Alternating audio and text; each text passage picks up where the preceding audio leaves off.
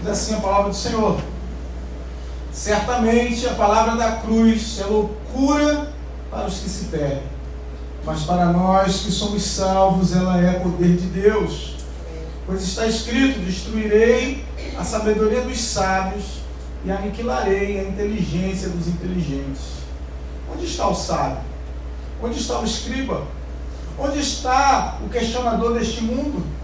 Não é fato que Deus tornou louca a sabedoria deste mundo? Visto que na sabedoria de Deus o mundo não conheceu por sua própria sabedoria, Deus achou por bem salvar os que creem por meio da loucura da pregação. Porque os judeus pedem sinais e os gregos buscam sabedoria, mas nós pregamos o Cristo crucificado, escândalo para os judeus, loucura para os gentios. Mas para os que foram chamados, tanto judeus como gregos, Cristo é o poder de Deus e a sabedoria de Deus. Porque a loucura de Deus é mais sábia do que a sabedoria humana, e a fraqueza de Deus é mais forte do que a força humana. Amém? Glória a Deus. Glória a Jesus. Queridos, essa igreja, a igreja de Coríntios, era uma igreja que tinha alguns problemas. Alguns problemas de unidade, alguns problemas com relação ao culto, à espiritualidade. Essa igreja é a igreja que Paulo, aqui logo no começo, adverte com relação às divisões. A igreja tinha irmãos que estavam brigando e criando dissensões entre si, partidos, dizendo: um sou de Paulo, outros sou de Apolo, eu sou de Cefas. Ou seja, a igreja estava dividida em grupinhos, em panelas. Então, um não queria ouvir a palavra do outro, um não queria se misturar com o outro, e uns diziam, eu fui batizado por Paulo, eu fui batizado pelo diácono Marcelo, eu fui batizado pela diaconisa Célia. Oh, que maravilha! Amém. E partidos sendo criados dentro da igreja, divisões, contendas.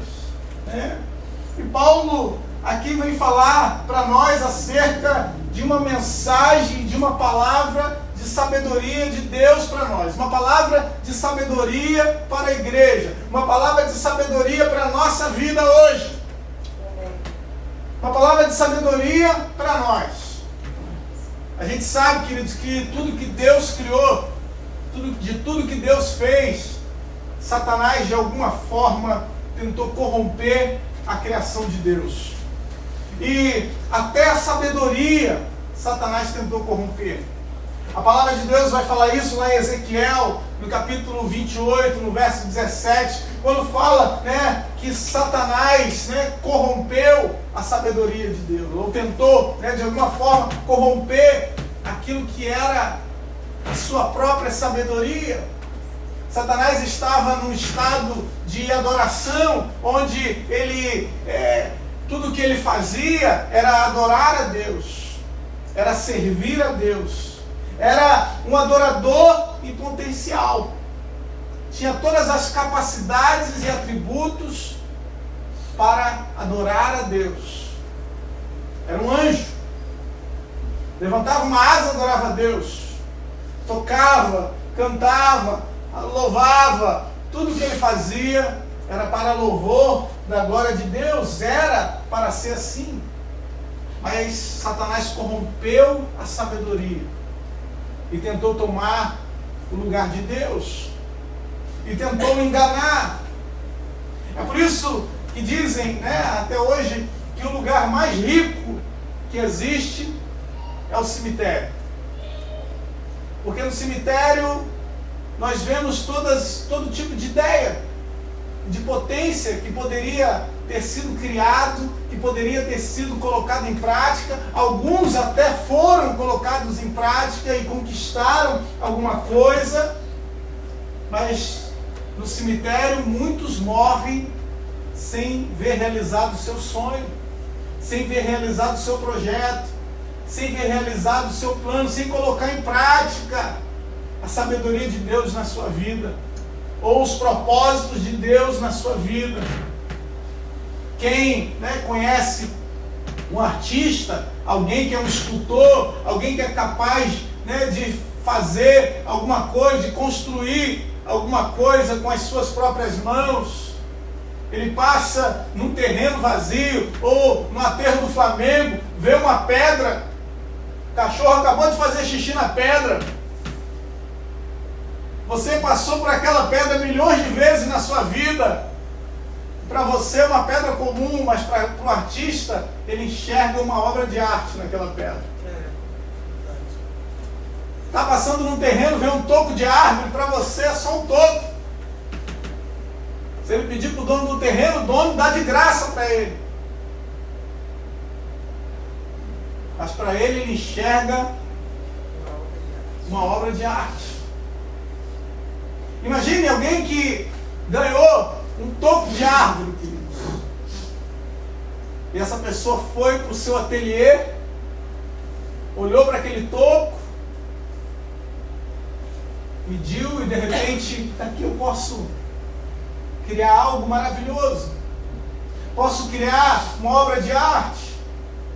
E ele esculpiu, construiu algo. De repente ele abriu o seu ateliê para que as pessoas fossem visitá-lo, e o dono do terreno vai visitá-lo, e aquele toco que não valia nada, de repente ele diz: agora é R$1.000 para levar essa escultura. Dentro de cada um de nós, irmãos, existe uma riqueza, existe um valor que Deus enxerga em cada um de nós, que muitas vezes nós não enxergamos. Existe uma sabedoria que você tem, que talvez você hoje não enxergue. Mas o que Deus diz para a gente é: você não é lixo, você não está largado, você não é um toco de árvore largado, você faz parte de um plano de Deus. A Bíblia diz, e lemos que Deus falou e tudo veio a existir pelo poder da sua palavra. Deus planejou, Deus pensou, Deus colocou em prática algo que estava dentro dele. Tudo que foi criado de Deus, veio de Deus, veio de dentro de Deus, veio da cabeça de Deus. Criar árvores, criar plantas, montanhas, o nascer do sol, o pôr do sol, a aurora boreal. Você olha tantas coisas bonitas que nós temos, tudo estava em Deus. Fazia parte de um planejamento que começou na mente de Deus. Às vezes nós temos ideias e planos, mas essas ideias e planos só ficam na nossa mente. A ideia e o plano de Deus, Ele colocou em prática. Ele realizou. Ele deu um passo, Ele foi além. Ele colocou para fora aquilo que estava dentro dele. Ele colocou para fora o que estava na mente do Criador. Estava dentro de Deus. Fazia parte da imaginação de Deus. E daí o invisível se tornou visível pelo poder da sua palavra. E disse Deus: haja luz, e houve luz. E Deus começou a criar, irmãos. Deus separou a terra seca das águas, e deu ordem às águas para que se fossem criados os animais, os peixes, os animais aquáticos, os animais terrestres. Ele foi dando as ordens e tudo foi sendo criado. Mas quando Deus foi criar o homem, quando Deus foi criar a você e a mim, a Bíblia, a palavra de Deus, diz que Deus falou consigo mesmo. A palavra de Deus diz: façamos o homem a nossa imagem e a nossa semelhança. Deus, quando foi criar você, Deus, Ele falou consigo mesmo. Porque você representa, você e eu somos a imagem desse Deus. Somos a imagem do Deus Todo-Poderoso. Por isso Deus enxerga em mim, em você, potências e potenciais que às vezes nós não conseguimos enxergar. Quando Deus olhou para Adão, Deus enxergou o mundo, irmãos. Deus enxergou em Adão a capacidade de multiplicar, a capacidade de crescer, a capacidade de dominar, a capacidade de construir. Quando Deus olhou para Abraão, Ele disse: você é pai de muitas nações, Abraão. Oxe, mas eu estou aqui, minha mulher nem filho tem, nem pode ter filho, como é que eu vou ser pai de muitas nações? Você percebe, queridos, como Deus enxerga diferente? Quando Deus olhou para Jacó, que era enganador, usurpador, enxergou em Jacó o Messias, enxergou em Jacó Israel, aquele, por meio do qual viria o Messias. Quando Deus olhou para Davi, queridos, que era um pastorzinho largado no campo, e que os irmãos de Davi, todos mais bonitos e mais fortes, se apresentaram diante dos sacerdotes, Deus não enxergou um pastorzinho, mas Deus enxergou um rei para a nação. Deus enxerga coisas em nós que nós não enxergamos. Eu não sei qual é a sua autoimagem. Hoje está em moda isso, né? Antigamente ninguém ligava para isso. Mas hoje a gente tem esse entendimento. Qual é a imagem que eu tenho a respeito de mim? Qual é a imagem que as pessoas têm ao meu respeito? E às vezes a gente valoriza demais aquilo que as pessoas pensam a respeito de nós. Às vezes a gente quer demonstrar para o mundo, demonstrar para as pessoas uma imagem que não corresponde à realidade. E daí a gente posta fotos em lugares sofisticados para dizer que a gente tem dinheiro. Posta aquela comida maravilhosa para dizer: olha, hoje eu fui nesse restaurante aqui, irmão, que é top. Está vendendo almoço para comprar janta. Mas ele foi no restaurante. E queridos, mas Deus sabe quem somos e tem um plano para nós. Deus enxerga em nós aquilo que ninguém enxerga. Deus enxergava nessa igreja de Coríntios aquilo que ninguém conseguia enxergar, irmãos. Uma igreja dividida, fracionada, uma igreja com contendas, uma igreja com uma palavra que muitas vezes era uma heresia, uma palavra às vezes contrária à palavra de Deus. Todos nós precisamos de uma fonte para viver. Todos nós precisamos estar ligados a uma fonte para poder sobreviver, para podermos continuar. É por isso que Deus, Ele fala consigo mesmo para nos criar. Para vivermos, nós precisamos da fonte que é o Senhor. O peixe, para viver, a fonte de criação dele foi a água, ele precisa estar na água. Os seres terrestres, os seres da montanha, precisam estar naquela montanha, nas condições, de temperatura, que sejam agradáveis a eles. Existem animais que não se dão em outros lugares. Existem animais que, se eles forem levados para outros lugares, eles vão destruir, vão acabar com a fauna daquele lugar, vão causar um desequilíbrio na flora daquele lugar. Queridos, quando nós estamos fora, quando nós estamos distantes da vontade de Deus, quando nós estamos longe do plano de Deus, quando nós estamos afastados do plano de Deus e do propósito, nós estamos distantes da fonte que é o Senhor. Por isso nós precisamos reconectar com essa fonte. Nós precisamos estar juntos dessa fonte para ouvirmos o que Deus tem a nos dizer. Porque Deus fala o que vê, irmãos. você vê quando você se enxerga? Quando você olha para a sua vida, o que você vê? O que você enxerga? Um homem de sucesso, uma mulher de sucesso, alguém que se deu bem na vida, alguém que cresceu, alguém que saiu, né, lá da sua terrinha, lá do interior, chegou aqui, numa cidade grande, conseguiu vencer. Talvez você até enxergue coisas boas a teu respeito, mas Deus enxerga diferente. A palavra de Deus diz que Gideão, irmãos, estava malhando trigo no lagar, estava se escondendo do inimigo. Quando Deus encontrou Gideão, Deus fala, diga aí, homem valente. Gideão, homem valente. Ele disse, mas eu estou fugindo. Porque Deus enxerga o que Ele vê. E Ele não vê como a gente vê. Quando Davi se apresentou, disseram, logo esse aí, cheiro de ovelha, todo fedido, pequeno. Quando olhou para Davi, esse daí que eu escolhi. É esse que vai ser rei, é esse que vai ser guerreiro, é esse que vai vencer.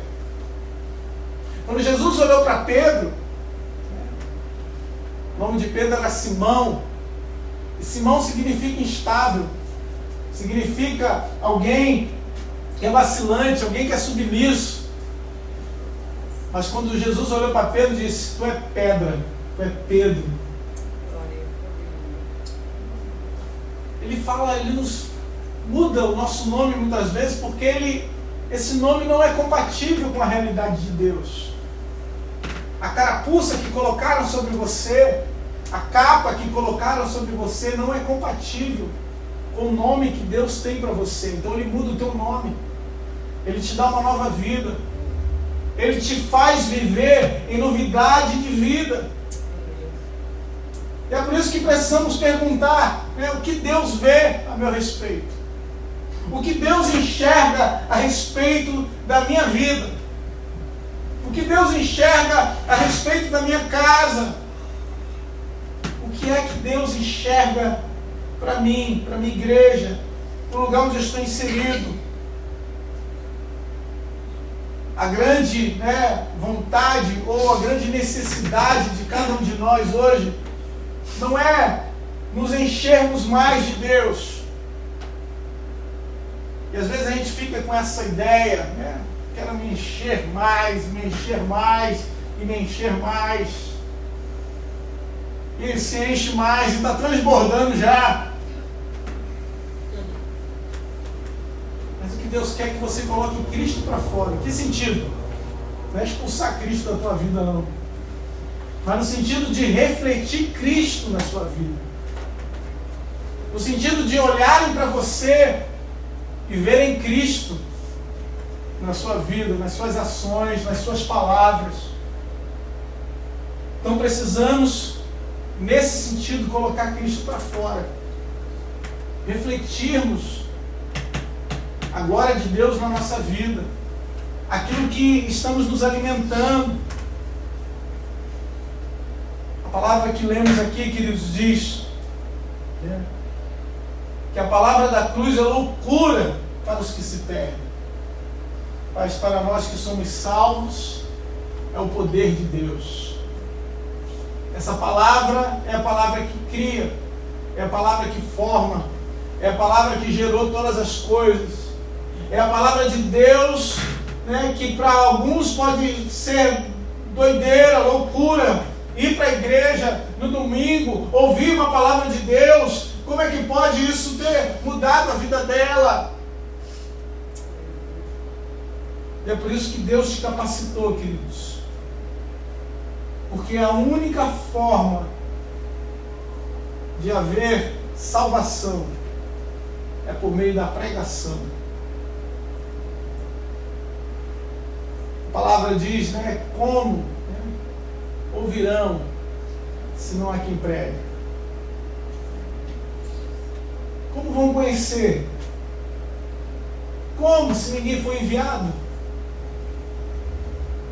Essa palavra de Deus que é loucura para o mundo Um mundo que conheceu a sua própria sabedoria, uma sabedoria que foi corrompida, uma sabedoria que ficou caída, não consegue mais enxergar a verdade da salvação, a verdade da palavra de Deus, a verdade da realidade de Deus para a sua vida.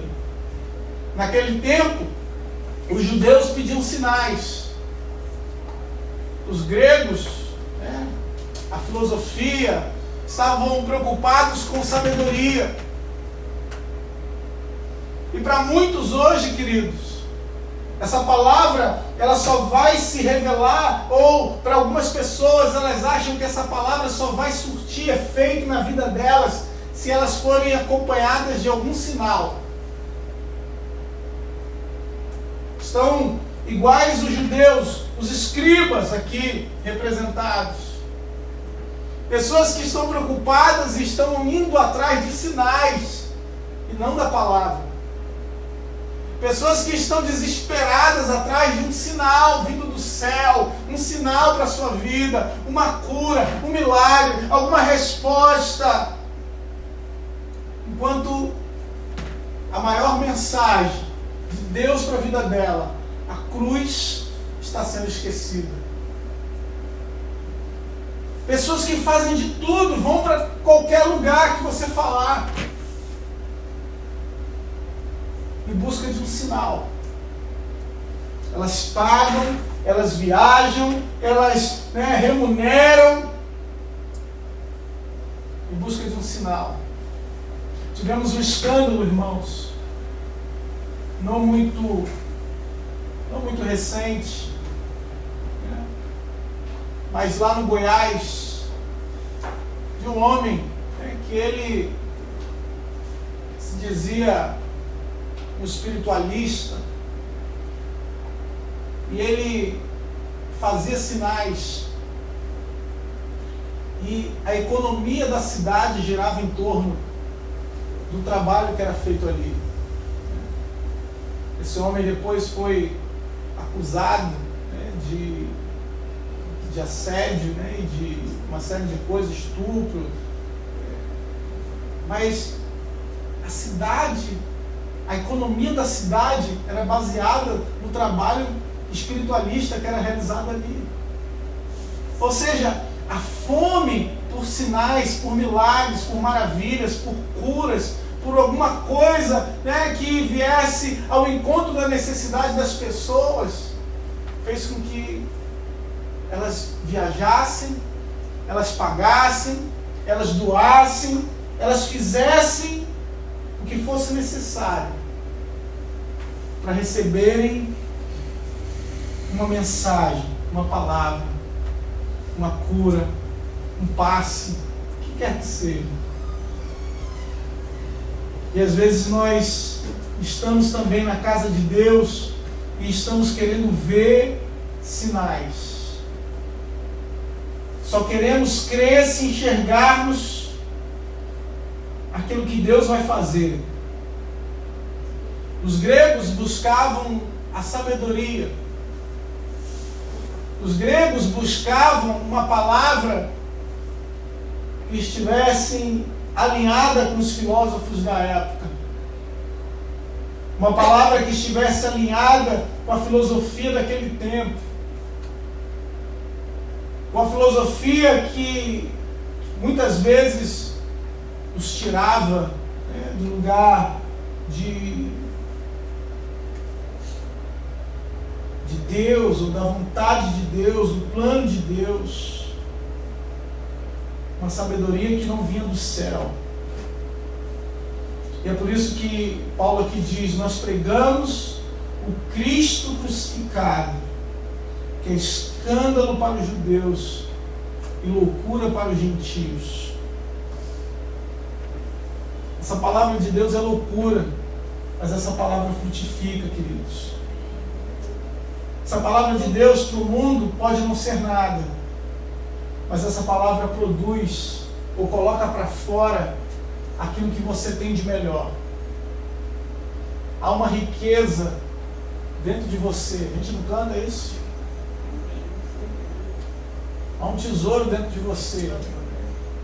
O Espírito Santo está dentro de você. Há algo poderoso que Deus quer fazer através da sua vida. Há algo poderoso que Deus quer fazer através de você. É como se Deus tivesse colocado petróleo dentro de você. Petróleo é valioso. Se tivesse petróleo lá no teu terreno. Se eu tivesse um terreno, tivesse petróleo, você conseguia pegar petróleo, irmão? Às vezes, né, o tesouro está lá dentro, mas a gente não consegue colocar para fora. Às vezes o tesouro está aqui dentro do nosso coração, mas a gente não consegue tirar esse tesouro, porque a gente não tem as ferramentas necessárias para isso. Porque só quem tem é Deus. Só quem pode tirar o que você tem de melhor, o tesouro que tem dentro de cada um de nós, é o Senhor. Dentro de você há uma pessoa paciente.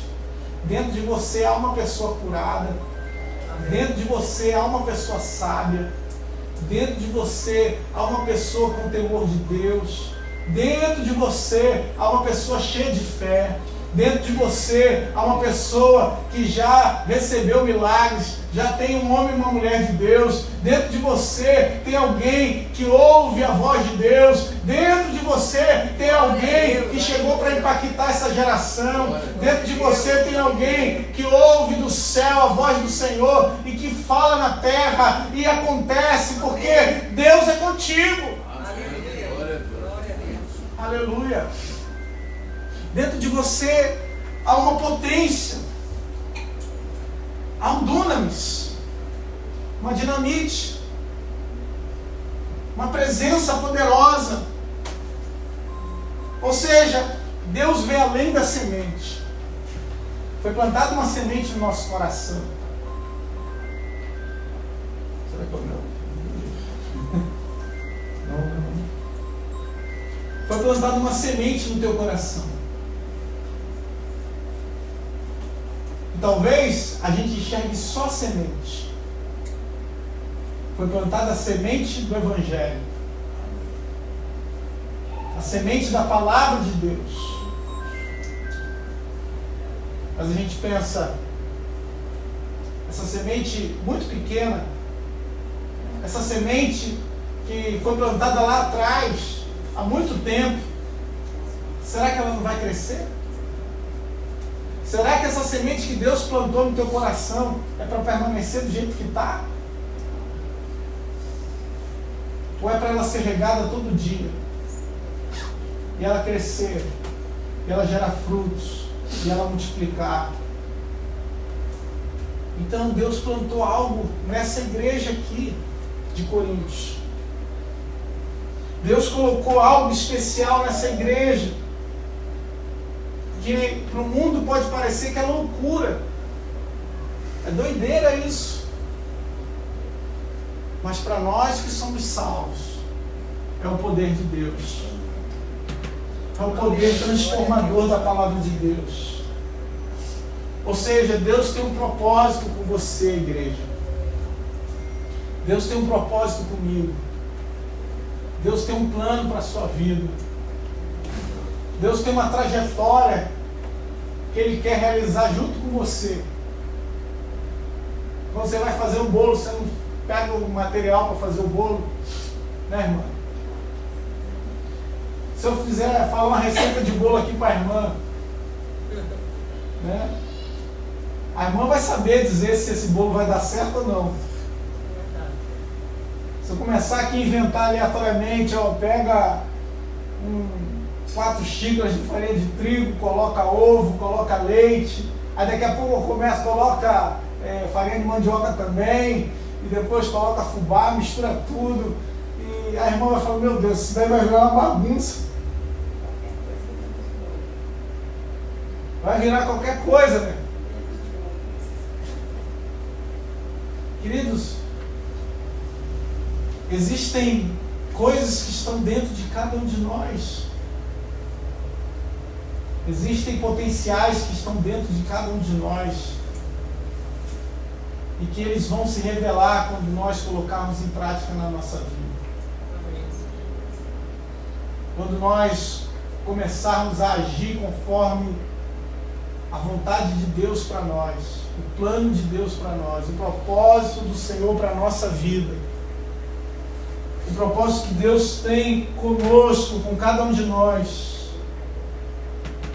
Pode parecer que nós somos fracos, pode parecer que você está fraco, mas é na sua fraqueza que o poder de Deus se aperfeiçoa. Pode parecer que você está perdendo, pode parecer que a igreja está perdendo, irmão, 7-1 já, mas o reino de Deus nunca perde. O reino de Deus, talvez a gente esteja lutando a luta errada. Não é a luta da igreja, é do reino de Deus. Não é a minha luta particular. E eu sei que você tem lutas, assim como eu tenho, mas é a luta do reino de Deus. E queridos, e para o reino de Deus, para que o reino de Deus seja estabelecido, Deus tem um compromisso com a tua vida. Deus tem um compromisso com a tua casa, com a tua família, com você. É por isso que Ele quer você limpo, quer você sarado, quer você liberto, quer você cheio de fé, quer você crendo, apesar das circunstâncias que você vive, porque teu compromisso é maior, tua luta é maior do que uma luta mesquinha para conseguir alguma coisa da parte de Deus para você. Deus vai te conceder aquilo que você precisa. Ele vai realizar, Ele vai fazer. Ele diz: aquieta o coração, olha para as aves do céu, olha para as flores do campo.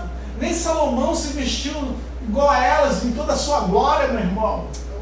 E tu está preocupado com roupa de marca, tu está preocupado com a roupa que tu vai usar amanhã. Deus fala, né, tantas coisas para nós, e mesmo assim a gente fica inquieto, a gente fica desesperado, ansioso, sem saber muitas vezes o que fazer, enquanto o Senhor está falando: eu quero mudar vidas através de uma pregação. Eu quero mudar vidas porque eu concedi uma palavra para a igreja que é capaz, que é poderosa para criar, para gerar vida. A mesma palavra que gerou vida no Gênesis, a mesma palavra que saiu da boca de Deus e tudo foi criado, é o poder que a igreja tem hoje de abrir a sua boca e trazer libertação na vida de pessoas, de abrir os seus lábios e glorificar a Deus, e o céu que está fechado se abrir, de poder louvar a Deus levantando as suas mãos, adorar ao Senhor, e o morto ressuscitar, o cego voltar a enxergar, o coxo andar novamente. Oh, tem o poder de Deus sobre a nossa vida, sobre o nosso coração. Eu queria que a gente ficasse de pé para a gente orar.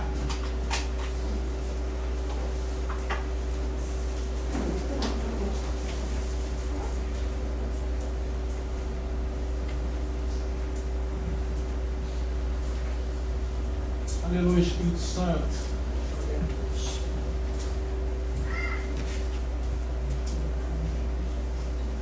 Aleluia, Senhor. Glória a Deus. Glória a Jesus. Oh, Senhor. Santo é o teu nome, Jesus. Que nos atrai, o que te atrai a presença de Deus, o que te atrai a fonte que é o Senhor. Às vezes chegamos na presença de Deus, vamos falar a verdade, irmãos, porque a gente tem uma necessidade, e a gente diz: eu preciso que essa necessidade seja resolvida na minha vida, seja suprida. E daí a gente chega até a presença de Deus com essa necessidade. Mas o Senhor mostra, eu não estou aqui para só resolver essa tua necessidade. Eu estou aqui porque eu tenho um plano maior para a tua vida. Eu resolvi isso para você porque eu sei que você pode fazer muito mais. Existe um poder de Deus em você. Existe uma unção que está sobre você. É por isso que o lugar que você está é o lugar em que Deus está presente, porque Ele está contigo. Onde Deus está te levando é o lugar que Deus vai fazer milagres, porque Ele está contigo. O lugar que você até hoje nunca pisou, nunca entrou, mas Deus está colocando você. É um lugar que Deus vai fazer milagres através da sua vida, onde vidas vão ser restauradas, onde cadeias vão se quebrar, onde aquilo que não há, que é paz, que é concordância, que é harmonia, Deus vai estabelecer, por causa da presença do Espírito Santo que há dentro do teu coração. Será que você pode colocar a mão sobre o seu coração? Senhor, em nome de Jesus, obrigado por essa noite, por essa palavra. Obrigado pela oportunidade, Senhor, de ouvirmos a Tua voz hoje. Obrigado, Espírito Santo, porque isso pode ser loucura, Senhor. Mas é por meio da loucura da pregação, da palavra, que vidas são libertas, que vidas são salvas. Por isso, em nome de Jesus, que toda a cadeia na vida do meu irmão hoje, Senhor, seja quebrada. Que em nome de Jesus, toda tampa, Pai, não permite, Senhor, que aquilo que é precioso, valioso, que está dentro dele, aquilo que impede que a gente enxergue, que ele enxergue, Pai, que há um poder maravilhoso dentro dele, dentro dela, que ela é preciosa aos teus olhos. Meu Deus, que o que está impedindo ele de brilhar, ela de brilhar, que em nome de Jesus, que essa tampa, que essa coberta caia por terra hoje, para a glória do teu nome. Que toda a cobertura que nós colocamos sobre nós, Pai, para nos esconder da tua presença, da tua face, caia por terra em nome de Jesus. Porque o Senhor não julga a nossa nudez, o Senhor nos cobre. O Senhor, aleluia, Ele não olha para você, meu irmão, para te apontar a tua nudez, mas Ele olha a tua nudez para te cobrir, porque Ele sabe quem você é, Ele conhece as tuas necessidades. Ô Senhor, começa a gerar cura nesse lugar. Começa a gerar cura na vida do meu irmão, da minha irmã hoje. Começa a gerar cura nas emoções. Começa a gerar cura, Senhor Deus, na saúde física dele, dela. Começa a gerar, Senhor, em nome de Jesus, a sabedoria que vem do alto, para resolver e colocar em prática na vida de cada um de nós, Senhor. Colocarmos em prática nesse lugar, Jesus. Pai, uma igreja comprometida com o reino, uma igreja comprometida com os perdidos, uma igreja comprometida, Senhor Deus amado, em resgatar aqueles que estão em trevas. Meu Deus, em nome de Jesus, começa, Senhor Deus, a trazer ao coração e mente do meu irmão hoje, da minha irmã, as ideias que vêm do teu coração, Pai. Do coração dele, do coração dela. Volta a ter amor, Senhor, dentro de casa. Volta a ter harmonia, meu irmão, dentro da tua casa. Deus está falando contigo. Começa a colocar em prática aquilo que Ele já colocou no teu coração. Se arrepende, volta atrás. Cadê aquela flor que não dá mais? Cadê aquele passeio que não faz mais? Oh, em nome de Jesus, cadê aquela palavra que tu deixou de dar? Cadê aquela oração que tu fazia e não faz mais? Oh, cadê aquela ligação que tu fazia há muito tempo e não faz? Oh, começa a voltar a essas práticas. Porque Deus vai te usar. Deus vai trabalhar através da tua vida. Em nome de Jesus. Em nome de Jesus.